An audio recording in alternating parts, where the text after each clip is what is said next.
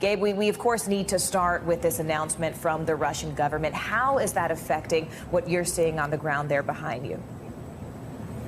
Well, certainly, Morgan, it is the first glimmer of hope that a potential ceasefire could be on the way. However, it should be taken with a grain of salt. And as U.S. Secretary of State Antony Blinken said today, there's a difference between what Russia says and what it does. But yes, as you mentioned, the Russian Defense Ministry saying that it would dramatically drastically change its military action in Kyiv, the capital, and Chernihiv, which is a city just to the north. And for the first time, we're also getting an outline of what the Ukrainians, what concessions the Ukrainians might be able to give up as part of these talks. They're now talking about essentially tabling the Crimea issue for another 15 years and having discussions throughout that period, and then also being willing to discuss the Donbass region in future talks with the Russian government. Now, of course, Morgan and Aaron, this is just a potential first step, and these talks are continuing. And you have to remember that President Zelensky here in Ukraine has taken a very hardline stance that Ukraine would not give up its territorial sovereignty, of course.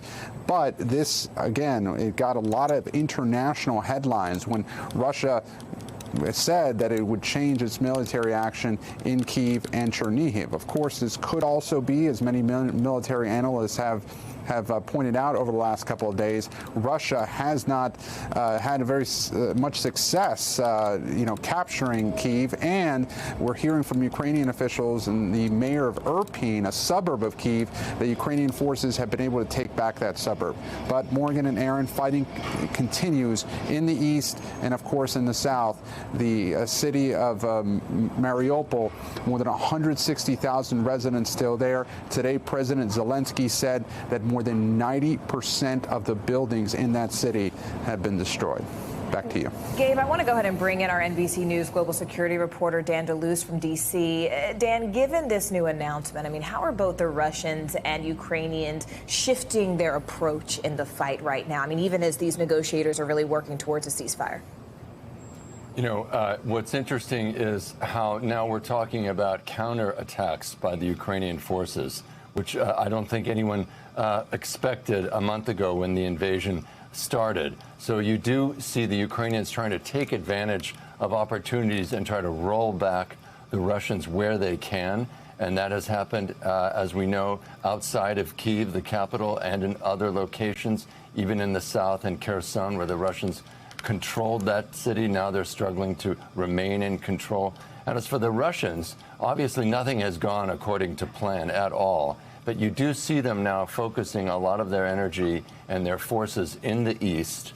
And there is some one scenario possible where they try to extend the territory that Russians control, right? So the separatists, pro-Russian separatists already controlled areas in the Donbass region before the invasion. And now there's speculation the Russians will try to extend that area and try to gain some leverage in the peace talks. But to really conquer territory, the Russians are going to have to fight more effectively and bring air power to bear, which they have struggled to do because of Ukraine's defenses and Ukraine's countermeasures. So we'll just have to see how it works out. Dan, I do want to ask, though, because the head of the International Atomic Energy Agency arrived in Ukraine today to discuss the safety and the security of the country's nuclear facilities. Those, of course, have been the targets of Russian forces during this conflict. So how significant is this issue of nuclear safety in Ukraine right now, despite the fact that those peace talks are continuing?